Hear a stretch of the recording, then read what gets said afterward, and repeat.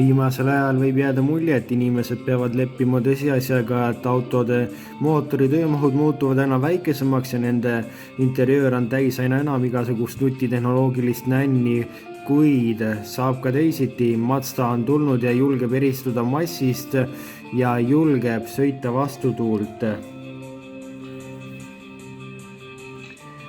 Tere tulemast taas kord kaaselama naisluks revisiidu saatele. Mazda CX-60 on üks paljudest Mazda linnamaasturitest, mille Mazda on toonud turule kaasnevas uus linnamaasturite palavikus ja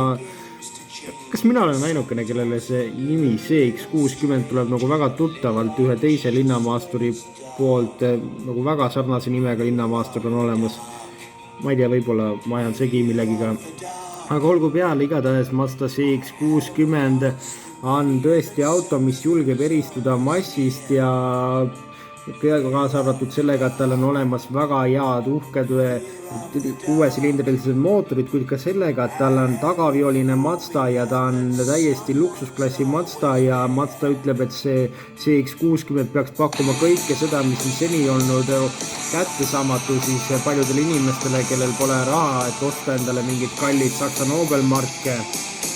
Ta on ehitatud spetsiaalselt tagaviolise autode platvormile ja ta on ehitatud ka spetsiaalselt sellise kuju ja proportsiooniga, et ta näeks selline välja. See tähendab seda, et kabiin on viidud tahapoole ja kapott on nihutatud ettepoole, et ära mahutada ka neid 6-silindrilisi jõhkarditest mootoreid. Pagasrumi mahub tal 570 liitrit ja tagaistujatel on jalaruumi lahedalt, kuid keskmisel istujal võib seal natukene ebamugav olla ja pearuumi on ka seal kenasti. Ja väljanägemine on tal väga lahe.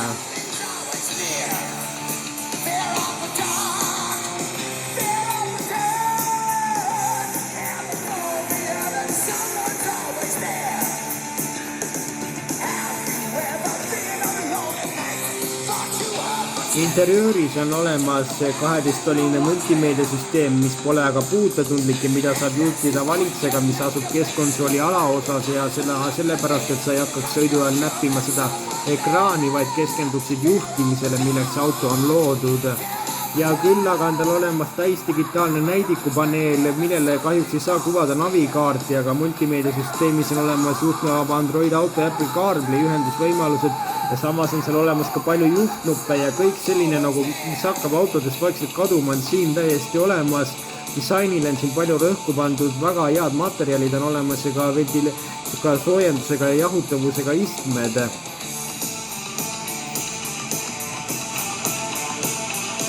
Ja samuti sa saad valida sealt multimeediasüsteemist oma siis pikkuse, mis järgi Mazda siis kaamera abil vaatab, et mis elukas sa selline oled ja paneb sulle vastavaks kõik sinu eelistused ja asjad ja sellise sõidu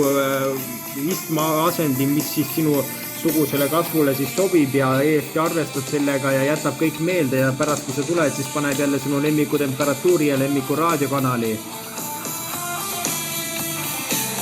Ja tal on olemas ka tuuleklaasi näidik ehk siis head-up display. Ja kõik mootorid on tal ühendatud 8-käigulise automaatjõukastiga.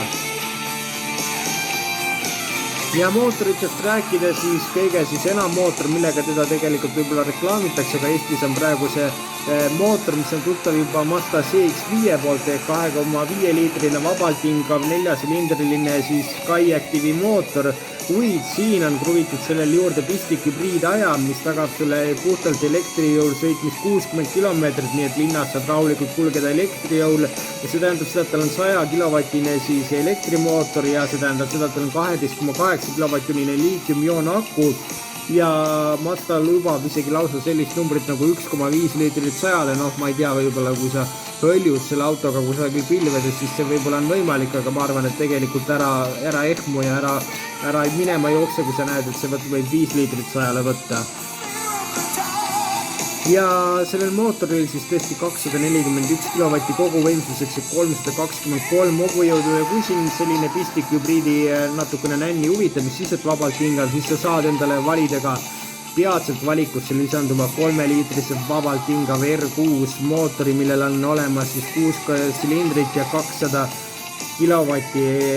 ehk siis peaaegu 300 hobujõudu. Ja kui sulle ka sellest väheks jääb, siis Mazda on vahepeal rahu sobitanud ka diiselmootoritega, mida ta vahepeal ülganud oli ja nüüd on olemas tal 3,3 liitrise töömahuga turbolaetud diiselmootor, millest 87 kilovatti 250 hobujõudu. Aga kuna see auto kaalub peaaegu üle 2 tonni, siis tähendab see seda, et suur sportlikku sõiduvelamust sa temast ikkagi kahjuks ei saa ja seda tuleb sul otsida Saksa Nobelmarkidest edasi ja natuke nagu see gaasipedaalile vajutad, siis see CX-60 on nagu sellise olekuga, kas ma tõesti pean nüüd kiirendama, et mul on see võimsus olemas, aga kas me ei võiks nagu niisama kulgeda. Ja paraku ka hinnad pole tal kuigi odavad ja algavad 49 990 eurost, aga kui sa mõtled, kui palju maksab mingi BMW X5 või Audi Q7 või midagi nagu lähedast, siis need on juba ikkagi palju kallimad, nii et see CX-60 on ikkagi väga hea auto ja mulle ta väga meeldib ja kui mul raha oleks, siis minu eelistuste järgi sobiks ta mulle järgmiseks autoks vägagi hästi ja see auto on tõesti neile, kes soovivad enamat, aga ei ole nõus maksma suuri hindu igasuguste mingite Nobelmarkide eest. Selline on Mazda CX-60 auto, mis omab palju seda, mida me oleme hakanud juba unustama autodes. Selline oli sellekordne naislukside proovisõit ja kohtume juba nädala pärast.